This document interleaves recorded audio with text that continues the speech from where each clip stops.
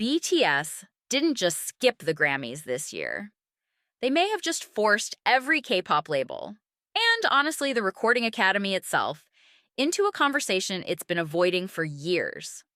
What does it actually mean to be recognized versus being politely filed into your own separate category?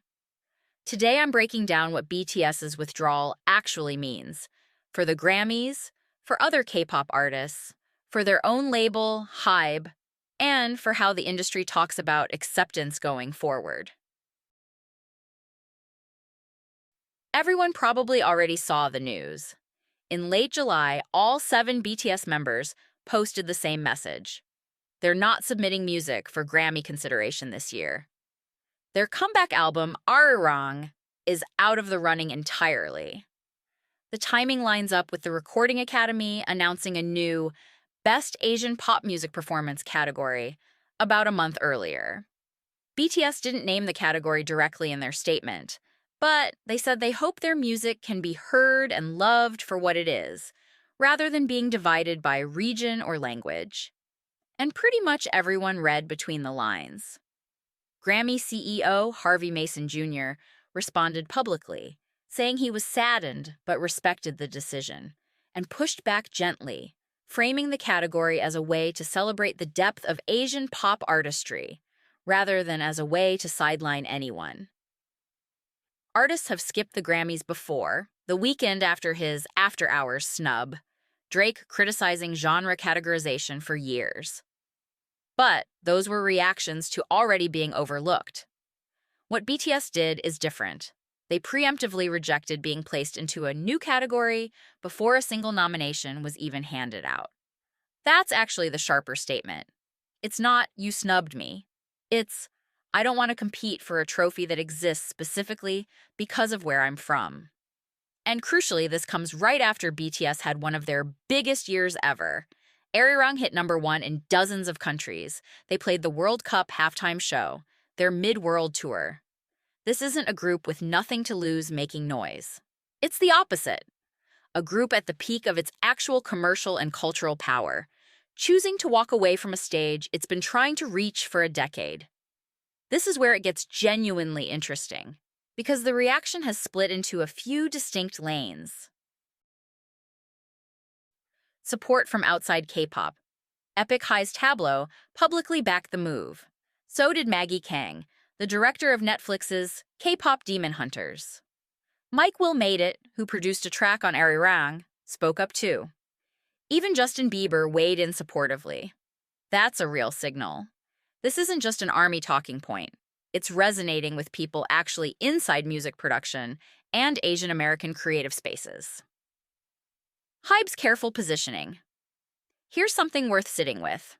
HYBE, BTS's own label, has publicly clarified that this is not a company-wide boycott, and that neither BTS nor HYBE has asked any other artist, under HYBE or otherwise, to follow suit. That's a deliberate line to draw.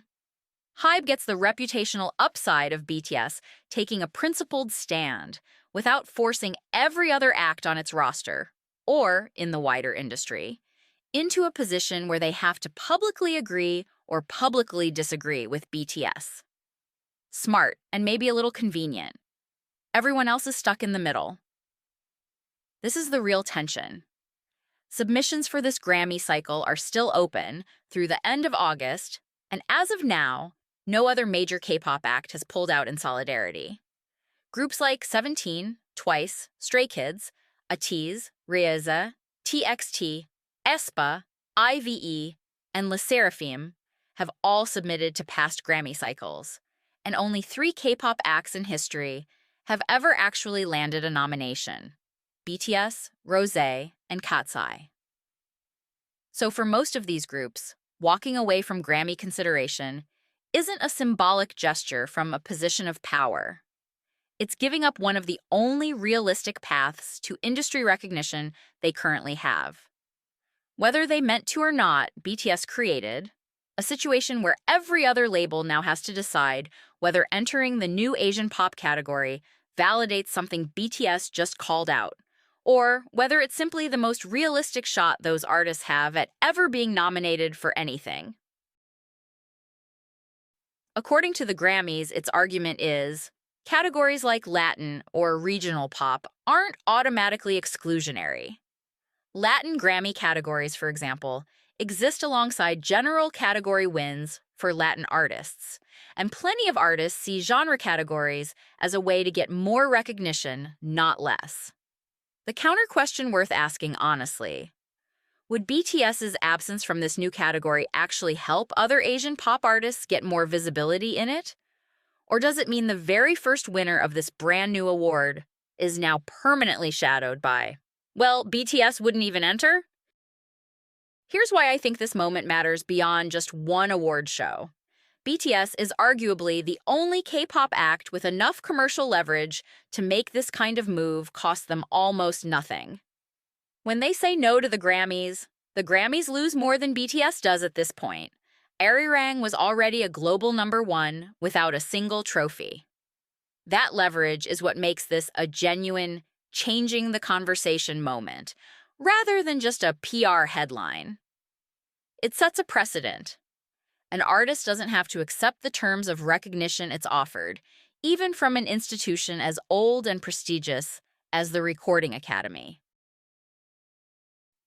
What I'd watch for going forward: whether next year's nominee announcement gets more scrutiny over how it treats Asian artists across all categories, not just the new one, because BTS basically put a spotlight on the whole conversation.